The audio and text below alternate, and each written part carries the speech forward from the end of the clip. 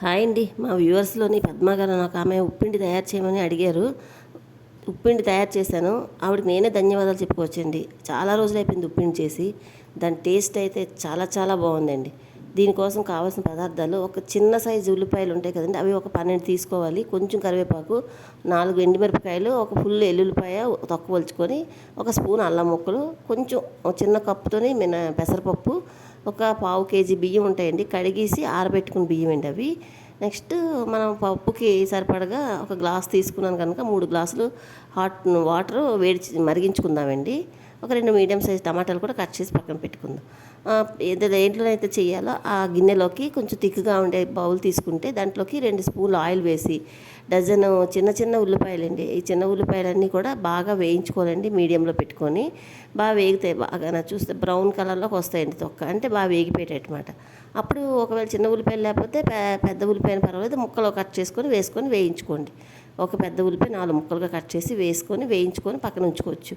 అవి వేగిపోయిన తర్వాత దాంట్లోనే 2 స్పూన్లు ఆయిల్ ఉన్నది కదండి, దాంట్లోకి మనం చిన్న కప్పుతోటి పెసరపప్పు తీసుకున్నాం కదా, మంటను తగ్గించి పెసరపప్పు చక్కగా వేగేటట్టు వేయించుకోవాలండి. వేసుకున్న తర్వాత మనం వెల్లుల్లిపాయ ఫుల్గా తొక్కలు తీసుకున్నాం కదండి, వెల్లుల్లిపాయ, అల్లం ముక్కలు, కరివేపాకు, ఎండుమిరపకాయలు ఉంటే పచ్చిమిరపకాయలు ఇంకా అక్కర్లేదండి, దీనికి ఇలాగే చేసుకోవచ్చు. నేను చేసిన కొంచెం కనుక నాకు ఇంక పచ్చిమిరపకాయలు పడలేదు, కొంచెం ఎక్కువ చేసుకుంటే పచ్చిమిరపకాయలు కూడా వేసుకోవచ్చు.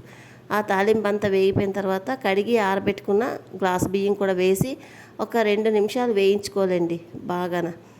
అంటే బియ్యం చాలా అలా వేయిస్తే, కడిగి ఆరబెట్టిన బియ్యాన్ని వేస్తే పుత్తులాగా వస్తుందండి ఉప్పిండి.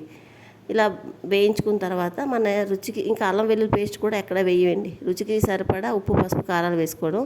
పావు స్పూన్ పసుపు వేసాను, ఒక 1/2 స్పూన్ ఉప్పు, నెక్స్ట్ ఒక 1/2 స్పూను గరం మసాలా గుండా తయారు చేస్తాను కదండి, బిర్యానీ పులావ్ మసాలా అదేనండి. అవన్నీ వేసి చక్కగా కలుపుకోవాలండి.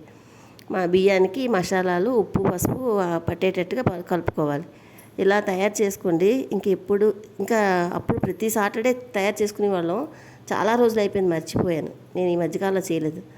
ఇది చాలా టేస్టీగా ఉందండి. ఇలా బియ్యం అన్నీ వేగిపోయాయి కదండి, చక్కగా చూసారు ఎంత బాగా వేగాయో. మంట తక్కువలో పెట్టుకొని చాలా బాగా వేయించుకోవచ్చండి, భలే వేగాయండి. అప్పుడు మనకి 2 మీడియం సైజ్ టమాటాలు కొంచెం చిన్న చిన్న ముక్కలుగా వెజిటబుల్ కట్టర్లో చేసుకున్నాం. అది మధ్యలో వేసుకొని పచ్చివాసన పోయిందాక 1 నిమిషం వేయించుకొని మొత్తం బియ్యం అంతటి కలిపి వేయించుకోవచ్చండి. అలా 1 నిమిషం వేగిన తర్వాత మనం చిన్న ఉల్లిపాయలు వేయించుకొని తీసుకున్నాం కదండి, ఆ ఉల్లిపాయలు కూడా వేసి మొత్తము బియ్యము, మసాలాలు, ఈ టమాటా గుజ్జు, తర్వాత ఉల్లిపాయలు అన్నీ ఒక 2 నిమిషాలు వేయించుకోవాలండి, పచ్చివాసన పోయేదాకా. వేయించుకున్న తర్వాత మనం ఆల్రెడీ వేడి నీళ్ళు పెట్టుకున్నాం. ఒక గ్లాసు కడిగి ఆరబెట్టుకున్న బియ్యానికి 3 గ్లాసులు ఎసరు పెట్టుకున్నాం కదండి, ఆ ఎసరు వేసుకొని బాగా కలుపుకొని, మీకు ఆ స్టేజ్లోనే వాటర్ రుచి చూసుకుంటే తెలిసిపోద్ది. ఉప్పు కానీ మసాలా కానీ కావాలనుకుంటే వేసుకోవచ్చు. వేసుకొని మూత పెట్టి మంటను మీడియం టు సిమ్లో పెట్టేసుకొని ఉంచుకుంటే కరెక్ట్గా 15 నిమిషాలకై ఇలాగ పొత్తులాగా ఉడికిపోయిందండి. ఇంకా అంత వేడి చల్లారిపోయింది. ఈలోపు ఎవరో వస్తే స్టవ్ ఆపేసి మాట్లాడడం వల్ల వేడి చల్లారిపోయింది. భలే ఉందండి, చాలా టేస్టీగా ఉంది. ఎంత బాగుందంటే అంత బాగుంది. అంతేనండి, ఇంకా డిష్ అవుట్ చేసుకొని సర్వ్ చేసుకోవడమేనండి.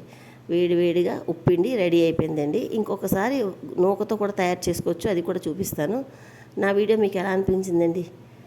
నచ్చితే లైక్ చేయండి. మరిన్ని మంచి వీడియోల కోసం సబ్స్క్రైబ్ చేసుకోండి. థ్యాంక్ యూ ఫర్ వాచింగ్ అండి. బాయ్ అండి.